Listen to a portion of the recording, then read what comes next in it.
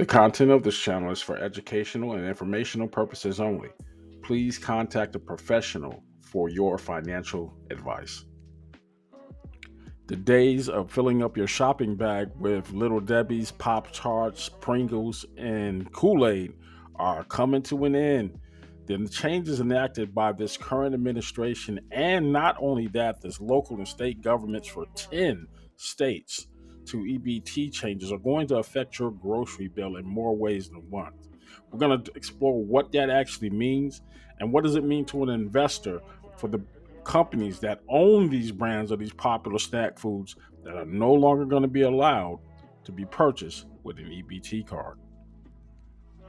F around and find out doesn't just apply to the people who regret voting for the current administration as they are being deported and fired from their jobs and your benefits are cut in Social Security.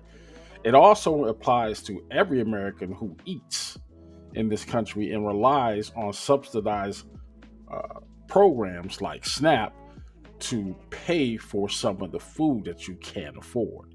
Those $8 eggs that you are currently purchasing right now, that might be about the only thing you can buy with these SNAP cards once the federal government gets done with them. See, what's going to happen now? Junk food, things that are not nutritional, are going to be cut just to make way for the tax cut that has already been passed. We're talking about feeding the rich and everybody else let them eat cake. Well, unless it's Little Debbie, because you're not going to be able to buy those with an EBT card. What you need to focus on right now are the companies that are directly related to these things. These are grocery stores and those brands like General Mills and Little Debbie, which is McKee Foods. Anything on the stock market that's related to that, watch what happens tomorrow. If these cuts go through, it's going to be harder and harder for you struggling working moms with an already exploding food bill because of inflation to keep your kids fed. It used to be time effective, maybe not the most nutritious thing to give them a Pop Tart and send them on their way. Nah, you're going to have to cook this food now because really, that instant stuff, anything that's junk food is getting cut. We're talking about $230 billion worth of food benefits cuts right off rip just to help pay for the tax cut that you're not going to get. This is a cluster. Now, General Mills popped into my mind first because its lineup of cereals is the bread and butter to many families before they go to school or go to work. When you're just trying to get that quick jolt, they are not the most healthiest things to eat, but we all know and love those brands. But no longer will you be able to use a SNAP card to purchase them. Well, that's going to affect more than just the families. There's a General Mills factory right down the road from me.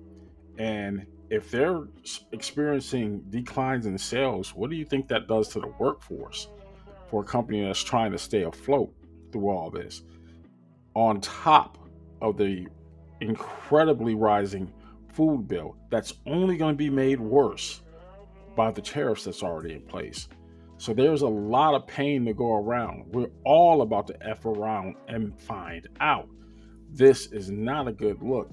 But also on this list are a couple of other brands. One in particular, WK Kellogg, which is now Calanova, I guess it's called. And its cereal lineup, things like Pop Tarts that are readily available, that was ready to eat meals that were brought to you by General Mills and Kellogg's, companies like that. Lunchables, anything that you can consider quick, fast meals for, especially your kids, those things are not going to be paid for anymore. What is that going to do to those companies' bottom lines for those parents who depend on that cheap food to give their kids and save them time in their daily routine? This is going to have a dramatic impact on the budgets of every American in this country. However, There's also the investors.